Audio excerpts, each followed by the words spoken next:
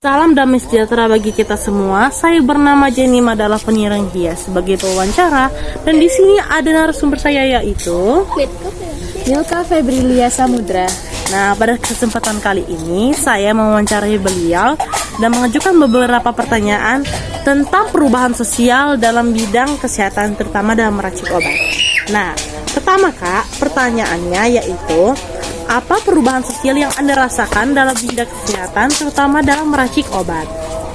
Pertama, perubahannya itu dari segi cara meracik obat.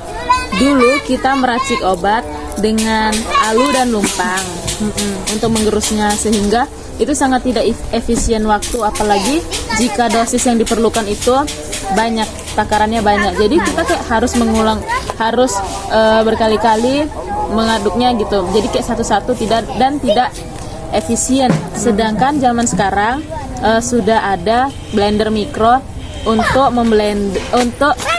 mencampurkan campuran obat-obat. Jadi kita nggak perlu lagi yang namanya itu satu persatu dalam meracik obat. Jadi bisa langsung sekaligus selesai dalam waktu yang singkat gitu. Ya. Jadi lebih cepat, lebih baik juga. Jadi memproduksi obat itu tidak perlu tunda-tunda waktu gitu ya Kak. Benar. Nah, pertanyaan yang kedua ialah mengapa kita harus meracik obat dengan benar? Mengapa kita harus meracik obat dengan benar? Karena jika obat itu diracik dengan benar, maka obat itu akan berkhasiat bagi tubuh kita dan juga bisa menyembuhkan penyakit kita dengan tuntas. Sedangkan jika kita meraciknya dengan dosis yang kurang dari yang diberikan dokter, maka kita akan lebih lama sembuh atau bahkan tidak sembuh-sembuh. Atau bahkan lebih buruknya lagi, sakit yang kita derita bisa menjadi lebih buruk. Oleh karena itu kita harus menakarnya dengan sesempurna mungkin, harus dengan dosis yang tepat yang telah diberikan.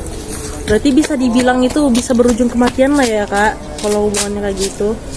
Bisa.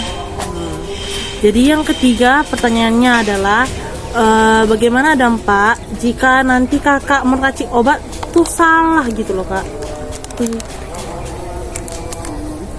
Dampaknya jika saya meracik obat dengan salah, maka pasien yang saya berikan obat yang pertama yaitu tidak sembuh-sembuh. Terus tuh yang kedua, sakit yang pasien derita akan timbul kembali di kemudian hari itu dalam waktu singkat. Jadi tidak menyembuhkan secara tuntas, dan yang paling berbahayanya pasien saya bisa overdosis dan meninggal. Nah, demikian dari pertanyaan-pertanyaan yang saya ajukan kepada narasumber. Mohon maaf ya jika memang ada kesalahan dalam pembuatan pertanyaan saya, bahkan dalam menyajikan pertanyaan kepada Anda.